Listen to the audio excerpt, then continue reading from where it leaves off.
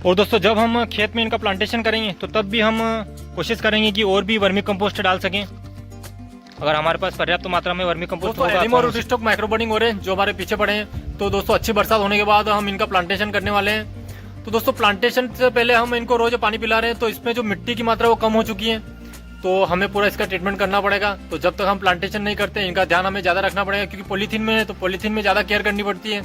तो इस कारण अभी हम इनका ट्रीटमेंट करेंगे और पॉलीथीन में जो मिट्टी की मात्रा कम हुई है मिट्टी भी बढ़ाएंगे। और हमारा जो वर्मी कंपोस्ट है तो वर्मी कंपोस्ट की मात्रा भी हम इसमें डालेंगे। तो हमारा पूरा कल्चर तैयार करके हम पौधों में डालेंगे।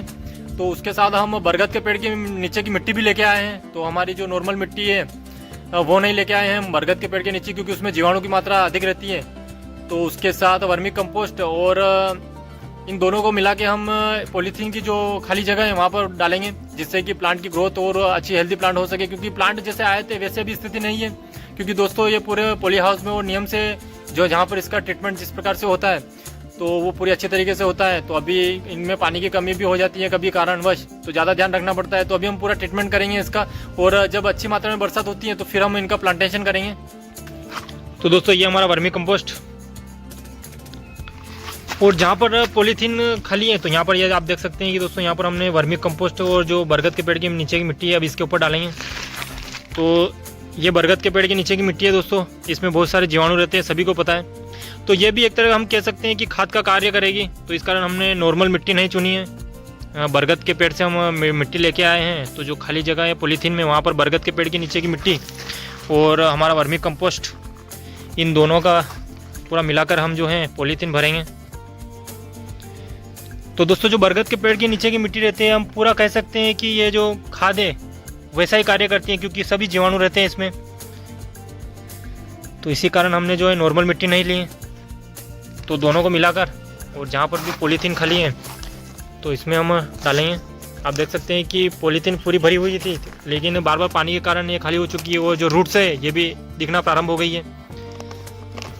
तो हम कुछ ही जगह यहाँ पर खाली रखेंगे, पानी हम डाल सके इतनी, लेकिन अभी ज़्यादा खाली हो गई है। और आप देख सकते हैं दोस्तों रूट्स ये बाहर नज़र आने लग गई हैं। तो मिट्टी हम डालेंगे। तो दोस्तों सबसे पहले हम जो है वर्मी कंपोस्ट, हम आपको डेमो के तौर पर बताते हैं कि ये पॉलीथीन इतनी खाली हुई है। तो अभी हम इसमें वर्मी कंपोस्ट डालेंगे। तो कुछ मात्रा वर्मी कंपोस्ट की और ऊपर बरगद के पेड़ के नीचे की मिट्टी।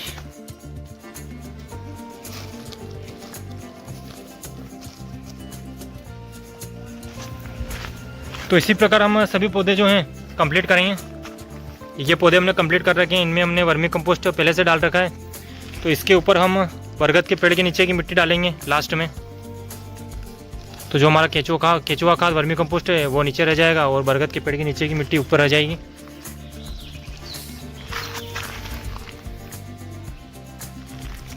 दोस्तों आप चाहे तो इनमें फंगीसाइड का और भी कुछ आपको लगे कि पौधों में प्रॉब्लम हो सकती है तो आप अपने हिसाब से कुछ भी नया ट्राई कर सकते हैं। अभी हमारे पौधों में ऐसी कोई पर्याप्त कमी नहीं है, तो इस कारण अभी सिर्फ हम वर्मी कंपोस्ट और बरगद के पेड़ के नीचे की मिट्टी से हम इसको कंप्लीट कर रहे हैं।